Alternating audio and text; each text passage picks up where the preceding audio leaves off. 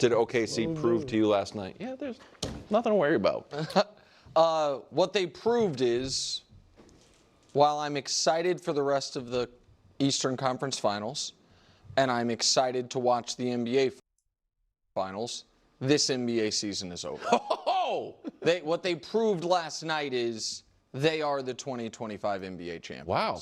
Now, I will not go as far as some others in the media and my dear friend and colleague Danny Parkins, which is already talking dynasty and how many championships. It feels premature, especially considering this Oklahoma City team with this same general manager once upon a time had a pretty up-and-coming big three on the verge of an NBA Finals and never got back there. And they actually, after that season, those big three never played together again. However, the reason I bring up the KD, Russ, Harden big three from 2012, with the only time the Thunder been to the finals, is the big three for Oklahoma City last night did something that big three never did.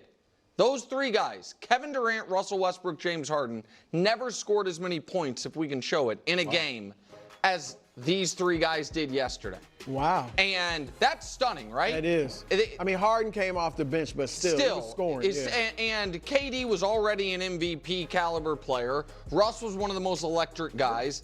And they are, Brew, to me, the combination of going through the best player in the world in 7 games in Joker, and then winning that game last night when that could have been a series and now it won't be, is compressing the age curve that we've been worried about. You know what I mean? Like they are getting... And the competition that's left. Exactly right. They are getting extra experience within one playoff run, and they don't have a champion waiting for them in Boston on the other side. And so, listen, throughout the regular season, they were the best team. Yep. You and I both thought the Lakers could present a unique problem for them. Maybe we would have been right. It would have been interesting, but the Lakers couldn't get through Minnesota, and Minnesota's now getting clocked by Oklahoma City. And for them to be able to sustain a game when Minnesota gets 64 points off the bench, 64 bench points because Oklahoma City's stars last night, they're going to win the championship. Wow. I tend to agree. You know, I will take a page out of Nick Wright's book. Okay. In the next round, should the Pacers get there. Yeah. I will be pulling for Naptown. But I just think OKC, they look too good. Yeah. They look too good. I mean, they really do. They look great. What do you mean? Well, you did it too. When? Yesterday. I challenged you on it. You said you doing the same thing. I was just trying to make you guys feel better, but after 24 hours to think about it. The Knicks will be interesting. Knicks, it would be interesting to see them play OKC, but we'll see who wins the East. But what also, Nick, and this is something this is like individually, the big three of Durant, Harden, and Westbrook was better than this big three, like individually. Yes. Durant's the best. Sure. We'll see if SGA challenges him. Look, he is, it appears en route to doing something Durant really never showed he could do, which is lead a team to a championship. But still, it's going to take a lot more for him to pass Durant in the all-time rankings. Westbrook, obviously iconic, and Harden, iconic to some degree. You know, so those three individually are better than this three, but this big three as a whole, you have to say, assuming they complete the deal and win it, is better than that big three was. They will have won a championship. I know we're getting way ahead of ourselves, but it feels this way. They will have won a championship, and what they do is they all fit together. And this is a problem in the big three era, particularly of player-generated big threes, is they always don't fit. Like Magic, Kareem, and Worthy fit. Bird, Parrish, and McHale fit. These three fit. They all do different things. Michael, Pippen, and Rodman. They fit because they're all very different players. Yes, and so Shea can be his best self. Yeah. And Jalen can at the same time be his best self. And Chet can be his best self, which we saw last night. And as far as Dynasty, because the game. My goodness gracious. No, but seriously. I thought we were just going to analyze the game. But this is good. This is good talk. Oh, okay. They are. We'll have to see if it's done because people were already saying Boston was going to be a dynasty, right? So they got to go out and do it. But they are set up. When you look at these three guys, how young they are, Chet is not. Chet might be 70% of the player he will become, if that. Jalen is probably going to get better as he gets more confident, as he gets more swagger. Shea just has to and maintain. Shea is what he is. Shea doesn't need to get better. Shea And he just has to still may maintain. get better, though. His three-point shot probably will become last better. night might have been the best game of his career. Yeah, All yeah, like he was once you fantastic. consider the stakes of it, you know what I mean, everything about it. The 49 and 10 in a game to either put a stranglehold on the series or to have it all of a sudden be a best of could have been three. anybody's Right. series. Yeah. Let's talk about this because, all right, we don't have to start talking about Dynasty. I am incredibly high on OKC. I've said that again and again and again. But, you know, they said Giannis and the Milwaukee Bucks were going to be a dynasty. Didn't happen. They said Jokic and the Denver Nuggets was going to be a dynasty. Didn't happen. They said the Boston Celtics and you know, whoever you want to use as a reference point, you know, Tatum, whoever, was going to be a dynasty. Didn't happen. And so you got to be careful with just start saying dynasty when you haven't even closed out the conference yet. Okay, so it's just like when Brew's like saying, "Oh, it's good conversation," I'm like, no, I don't know. Let's just talk about this game. You know, what did OKC prove last night? That they're the most complete team, that they're the best team by far. You know, by far.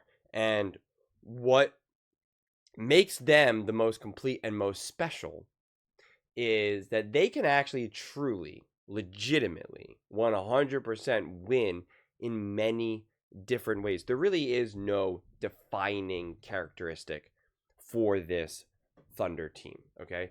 When you look at the Pacers, you're like, how are they going to win? It's like, they got to hit big shots, which is exactly how they beat the Knicks. Like, they got to hit big shots, and they need Halliburton or Siakam to just go off. They need that. I mean, they needed a guy to go 6 for 6 in the fourth quarter to win. The Knicks, they need Brunson to be on fire. They need Cat to be unstoppable. They need to just out-hustle you relentlessly. If they don't out-hustle you, even if those other players are going off like Cat and Brunson, they will not win.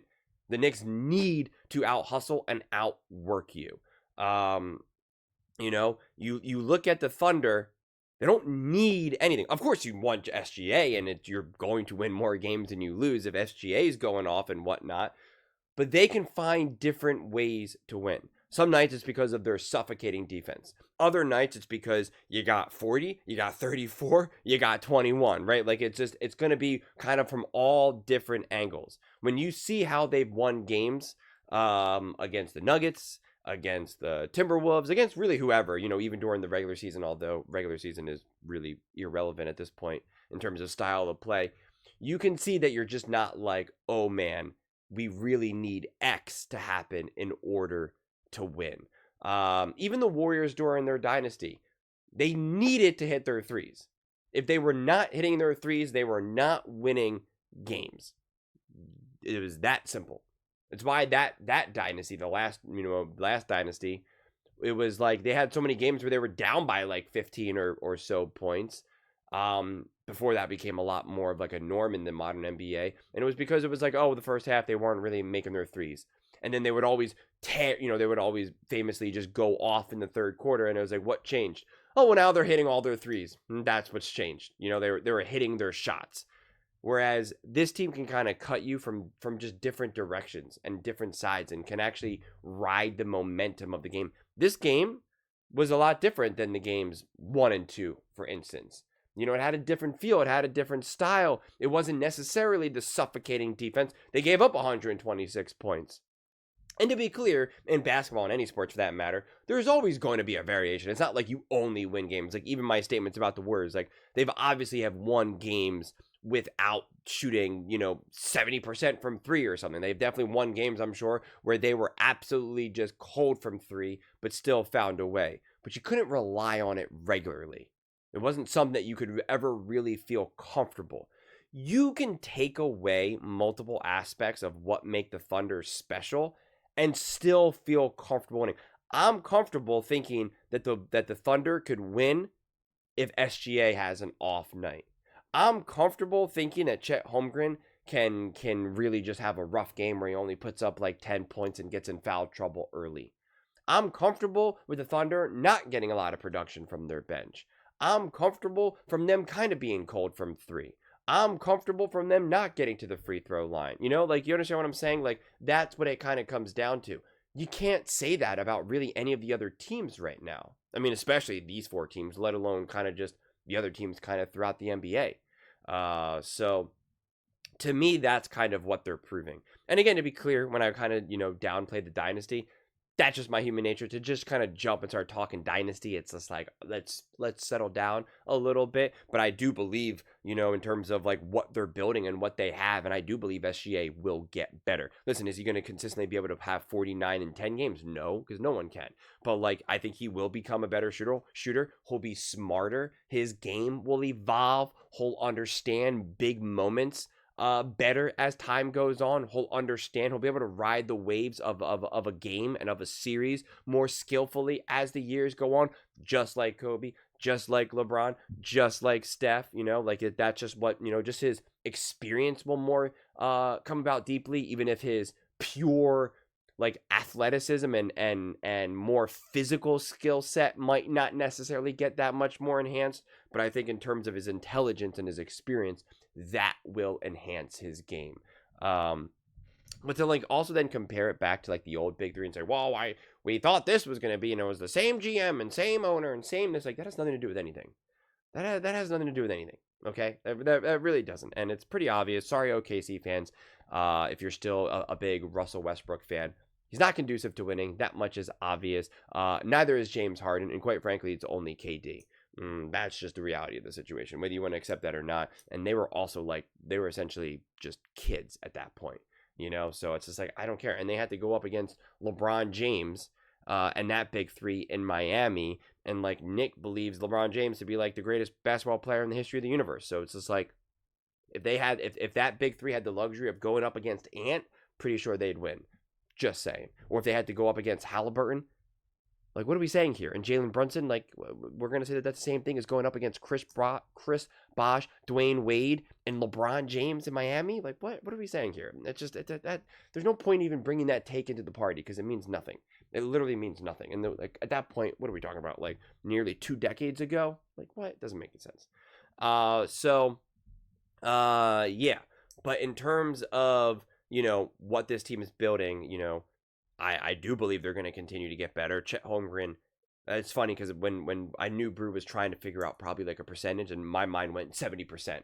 And that's exactly what he said. I'm like, yeah, he's going to get better. He's going to get stronger. He's going to get smarter.